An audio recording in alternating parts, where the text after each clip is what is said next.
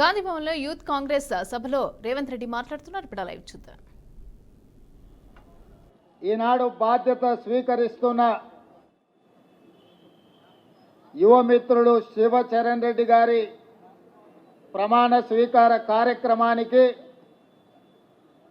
40 సంవత్సరాల క్రితం యూత్ కాంగ్రెస్ అధ్యక్షుడిగా పనిచేసిన పెద్దలు వి హనుమంతరావు గారు, యూనివర్సిటీ రాజకీయాలలో క్రియాశీలక పాత్ర పోషించిన పెద్దలు కేశవరావు గారు, అదేవిధంగా ఆనాడు నిజాం కళాశాల విద్యార్థి ఎన్నికలలో నెగ్గిన మాజీ పార్లమెంట్ సభ్యులు క్యాంపెయిన్ కమిటీ చైర్మన్ సోదరుడు మధు యాస్కి గారు, అదేవిధంగా రాజ్యసభ సభ్యులు మాజీ యువజన కాంగ్రెస్ అధ్యక్షుడు యువమిత్రుడు అనిల్ కుమార్ యాదవ్ గారు, మాజీ యువజన అధ్యక్షుడు తెలంగాణ స్పోర్ట్స్ అథారిటీ చైర్మన్, అదేవిధంగా ఈరోజు వేదిక మీద వివిధ జిల్లాల అధ్యక్షులు, అదేవిధంగా రాష్ట్ర స్థాయిలో వివిధ బాధ్యతలకు ఎన్నికైన యువ మిత్రులు, యూత్ కాంగ్రెస్ ఏఐసిసి ఇన్ఛార్జ్ నుంచి వచ్చిన వాళ్ళు, అందరికంటే ఈ పార్టీ జెండాను మోసి 2023న ప్రజాపాలనను కాంగ్రెస్ పార్టీకి అధికారంలోకి తీసుకొచ్చిన యువ మిత్రులందరికీ కూడా శుభాకాంక్షలు, మనస్ఫూర్తిగా ధన్యవాదాలు తెలియజేస్తున్న మిత్రులారా, యూత్ కాంగ్రెస్కి ఎంత శక్తి ఉందంటే ఆనాడు హనుమంతరావు గారి యువజన కాంగ్రెస్లో పనిచేసిన చంద్రబాబు నాయుడు గారు కావచ్చు, చంద్రశేఖరరావు గారు కావచ్చు, రాష్ట్ర స్థాయి జాతీయ స్థాయి రాజకీయాలలో రాణించిందంటే యువజన కాంగ్రెస్లో వాళ్ళు పొందిన శిక్షణ, యువజన కాంగ్రెస్ ఇచ్చిన అవకాశాలు. ఈనాడు రాష్ట్రంలో సీనియర్ నాయకులు షబ్బీర్ అలీ గారు కావచ్చు, లేకపోతే ఈనాడు పిసిసి అధ్యక్షుడిగా ఉన్న మహేష్ కుమార్ గౌడ్ గారు కావచ్చు, లేదా మంత్రివర్గంలో ఉన్న మిత్రులు పొన్నం ప్రభాకర్ గారు కావచ్చు, ఈరోజు ఉప ముఖ్యమంత్రి బట్టి విక్రమార్క గారు కావచ్చు, అదేవిధంగా లోక్సభలో ఎన్నికైన చామల్ కిరణ్ రెడ్డి నుంచి మొదలు పెడితే చాలామంది యువజన కాంగ్రెస్లో కార్యకర్తలుగా తమ ప్రయాణాన్ని మొదలుపెట్టి ఈరోజు రాష్ట్ర స్థాయి జాతీయ స్థాయిలో వివిధ హోదాలలో రాణించారు. ఇవాళ అందుకే యువజన కాంగ్రెస్ మొదటి మెట్టు రాజకీయాలలో యువజన కాంగ్రెస్ నాయకులుగా ప్రజల దగ్గరికి వెళ్ళి విద్యార్థి యువజన సమస్యల మీద పోరాటం చేసి పేద ప్రజల యొక్క అభ్యున్నతికి ప్రజల దగ్గరికి వెళ్ళినప్పుడే రాజకీయాలలో రాణించడం జరుగుతుంది. ఈరోజు శివచరణ్ రెడ్డి వాళ్ళ తండ్రి జక్కిడి ప్రభాకర్ రెడ్డి గారు, ఆనాడు సుధీర్ కుమార్ గారు ఆనాటి యువజన కాంగ్రెస్ అధ్యక్షుడిగా ఒక గుర్తింపు పొందిన మాజీ కేంద్ర మంత్రివర్యులు శివశంకర్ గారి కుమారుడు సుధీర్ కుమార్ గారితో యువజన రాజకీయాలలో రాణించాడు. రెండో తరం ఇప్పుడు శివచరణ్ రెడ్డి ఈరోజు మళ్ళీ యువజన కాంగ్రెస్ అధ్యక్షుడిగా బాధ్యతలు నెరవేర్చాడు. మరి జక్కిడి ప్రభాకర్ రెడ్డి గారికి యువజన కాంగ్రెస్లో అయితే కాంగ్రెస్లో 40 సంవత్సరాలు పనిచేసిన కొన్ని అవకాశాలు అదృష్టం కలిసి రాలే. 90% శ్రమ ఉన్నా 10% అప్పుడప్పుడు అదృష్టం కూడా పనిచేయాలి.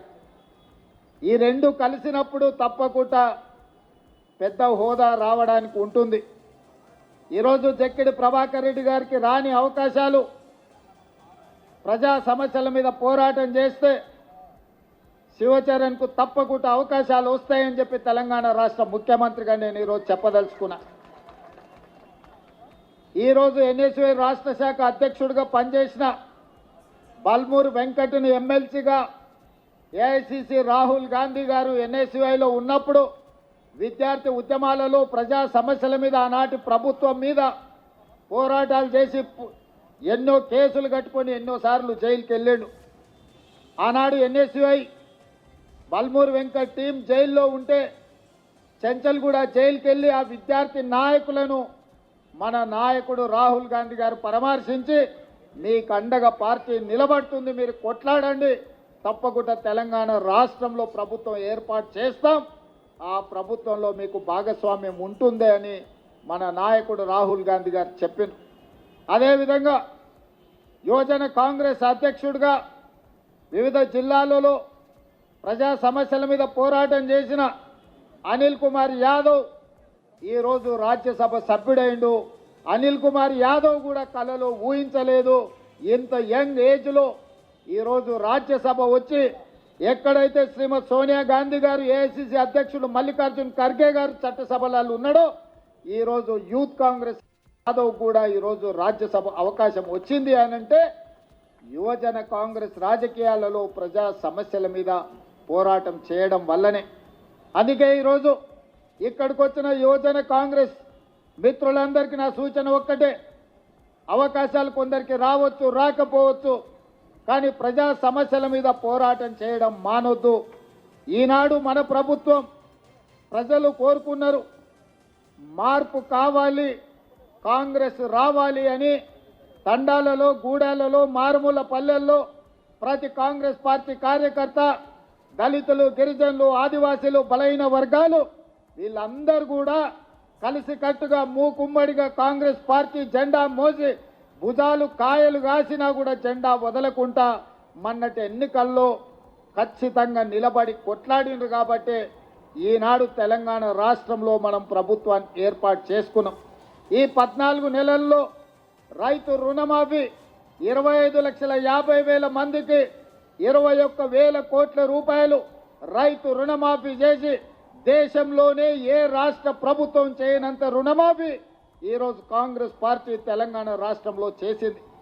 ఇదే కాదు, తెలంగాణ రాష్ట్ర ఉద్యమానికి ఆయువు పట్టైన నిరుద్యోగ సమస్య మొదటి సంవత్సరంలోనే 55,163 ప్రభుత్వ ఉద్యోగ ఖాళీలను భర్తీ చేసి ఈ దేశంలోనే తెలంగాణ రాష్ట్రం ప్రథమ స్థానంలో నిలబడ్డది ప్రభుత్వ ఉద్యోగాలు భర్తీ చేయడంలో.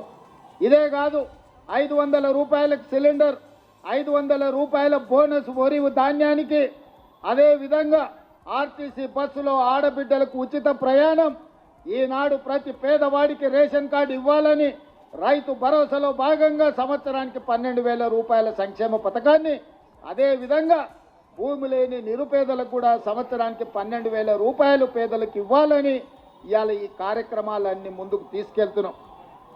పేదవాడి ఆత్మగౌరవం, ఇందిరమ్మ ఇల్లు 2004 నుంచి 2014 వరకు ఆనాడు డాక్టర్ వైఎస్ రాజశేఖర రెడ్డి, శ్రీమతి సోనియా గాంధీ గారి నేతృత్వంలో ప్రతి పేదవాడికి, ఇల్లు లేని వాడికి ప్రతి ఒక్కడికి ఆనాడు ఇందిరమ్మ ఇల్లు 25 లక్షల పేదలకు ఇచ్చి ప్రతి పేదవాళ్ళకి ఇల్లు కట్టించాడు.